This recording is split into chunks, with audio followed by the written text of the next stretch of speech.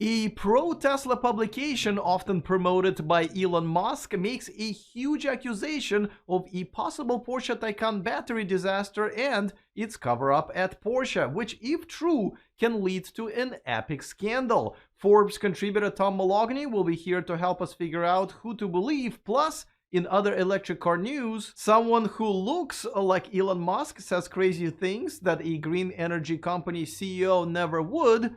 Ford doesn't want your F-150 Lightning reservations anymore. Lucid is under investigation, and other electric car news coming up next.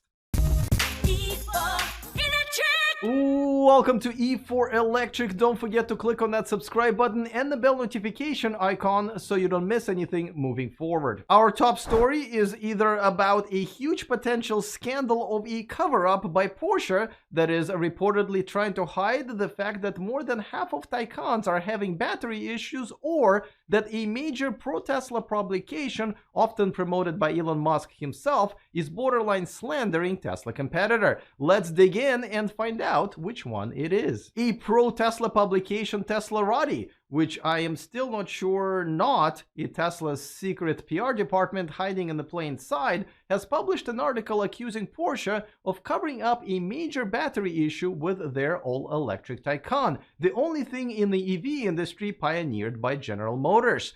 #MaryLed. The article is written by an industry insider, Alex Voigt, who has never written an article for Teslarati before. He has, however, followed it up with this short video on his YouTube channel. Alex does appear to be credible and does not have a history of either pro-Tesla or anti-Porsche sentiments. The claim comes from a whistleblower working at Porsche's headquarters in Germany. Looks like finally somebody found a practical use for this thing, and he claims that 6 out of 10 delivered Taycans have problems with battery management that damage cells and in some cases cause fires. Now, from my recollection, only one Taycan fire has been reported ever since its launch, though things could be different in Europe, where the majority of Taycans have been delivered. Apparently, this is due to a cheaper onboard charger that Porsche has gone with rather than with a more suitable one that would cost them an extra $70 per unit. Wow, saving a little bit of money to potentially have a bigger problem later?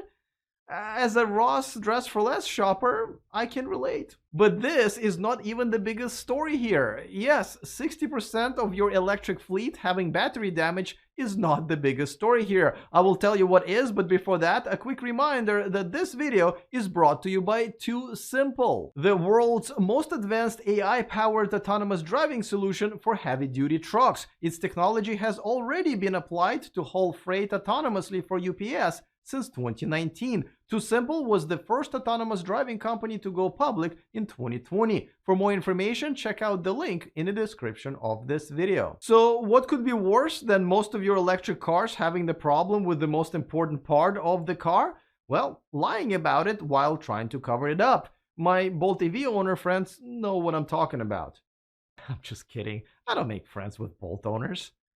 The report claims that Porsche is hiding the problem from customers and replacing the bad battery cells without telling them. It also claims that the battery cells that overheat get disabled and isolated from the pack, which reduces its capacity. It goes further to claim that Taycan's system unlocks the reserve battery cells to replace the disabled ones, or as I call it, the worst battery recycling program ever. That, of course, also contributes to the reduced capacity of the battery, and all of this goes on without the knowledge of the customers. The source said that all Porsche service centers are under a strict NDA to make sure that this does not leak to the press.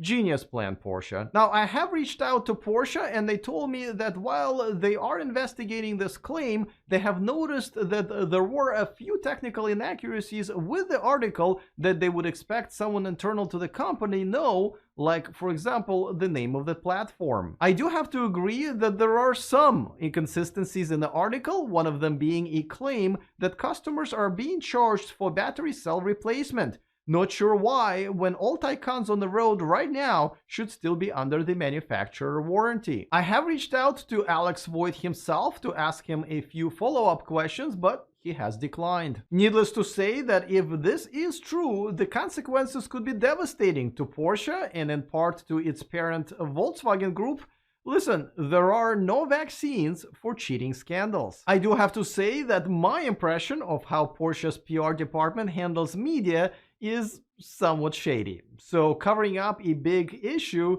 would be on brand, if you ask me. I also find that many bad decisions have gone into designing the Taycan, so it wouldn't be surprising that battery management is yet another one on that list. It's kind of like how I wouldn't also be surprised that visiting the Taco Bell drive-thru at 3 o'clock on a Wednesday morning, in addition to diarrhea, would also cause unemployment. On the other hand, it also wouldn't surprise me that a pro-Tesla publication with a pro-Tesla audience, including Elon Musk himself, with tons of money invested into Tesla stock, would publish a piece damaging to Tesla competitors without checking on or really even caring at all about the facts. For more on this potentially huge story, we turn to the industry veteran, the Forbes contributor, and the host of his own YouTube channel, State of Charge, Tom Malogny. All right, Tom, you've been in this game for much longer than I have. And, I know a journalist is supposed to get two sources or some documentation and evidence. In this case, we don't have that, but it looks like his source is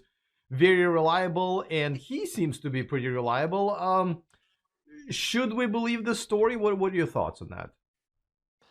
So yeah, that's customarily how it's done, Alex. You have to get a second source to verify what the first source is saying. That said, I have a lot of contacts in the industry from various companies that have always fed me correct information, and I'll run with something on their word, even though I haven't verified it with somebody else, because I have a history with this person and they've always given me correct information. So that could be the case with this story.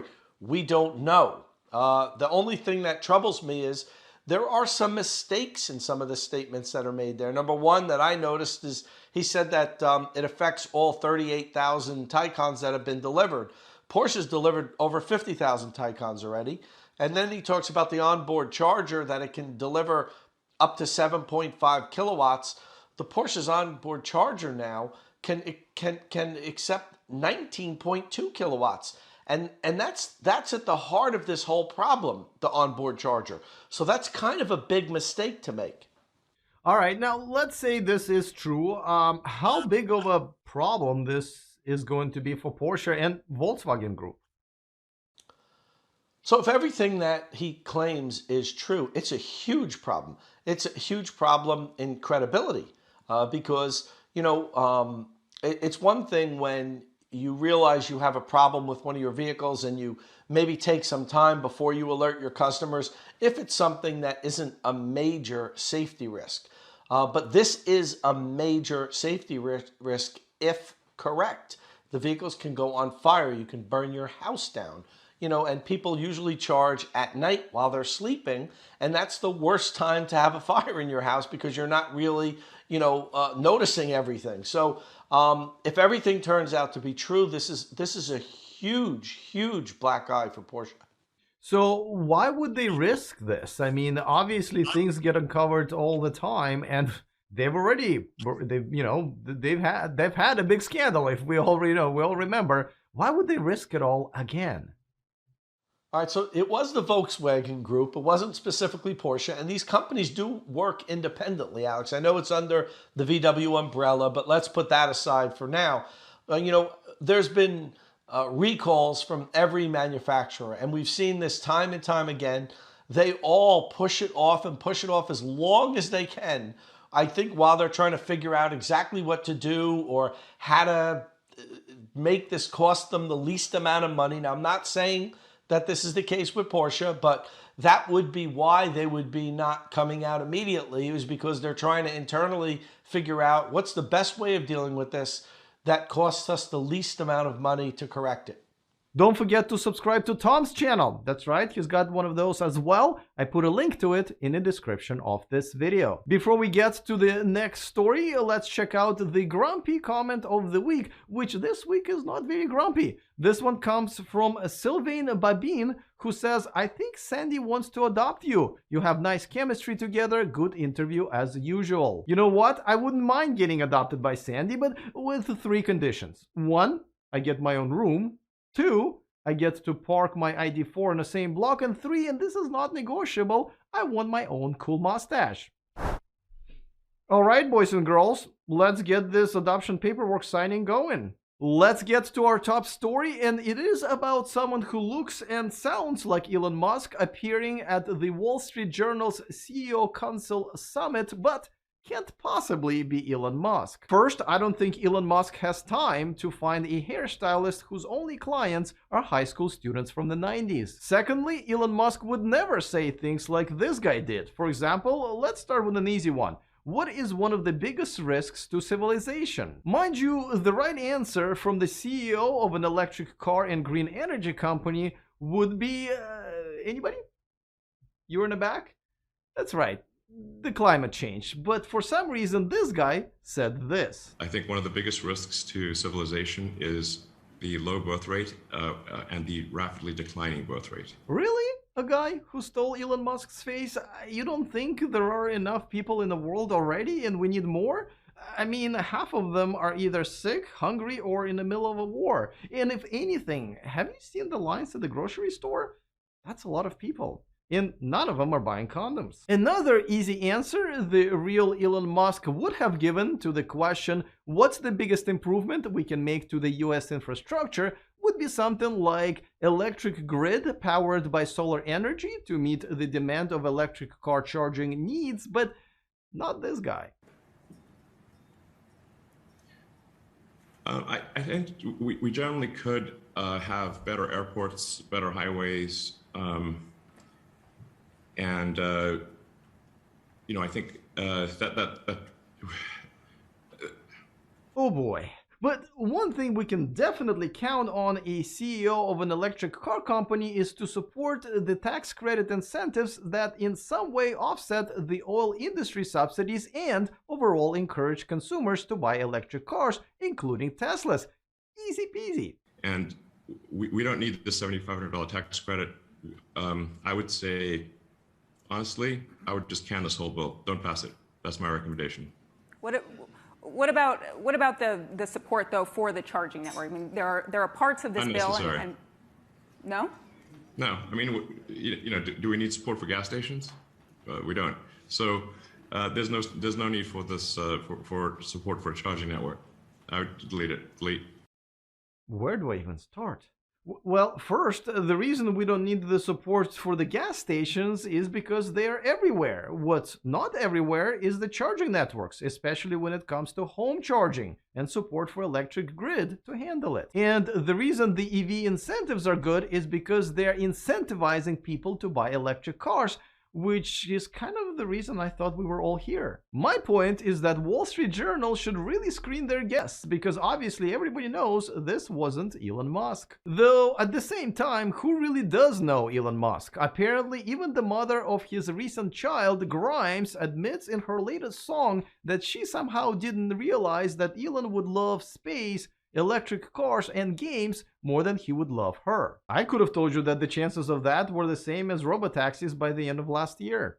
Back on Earth, Ford has just announced that they are no longer taking reservations for the F-150 Lightning after they have received 200,000 of them, which means that the truck is technically sold out for 3 years ahead. Alright, that's a bit weird since we all know a pretty large number of reservation holders usually do not move forward with the purchase, especially the 1 years down the line. Plus, we don't really know how many of them will switch to the electric Chevy Silverado once that's unveiled in a few weeks with a much better range. And even if they did, wouldn't a better solution be to build or to convert a factory that would produce these trucks that people want in large numbers? I know, here I go again with my logic and reasoning.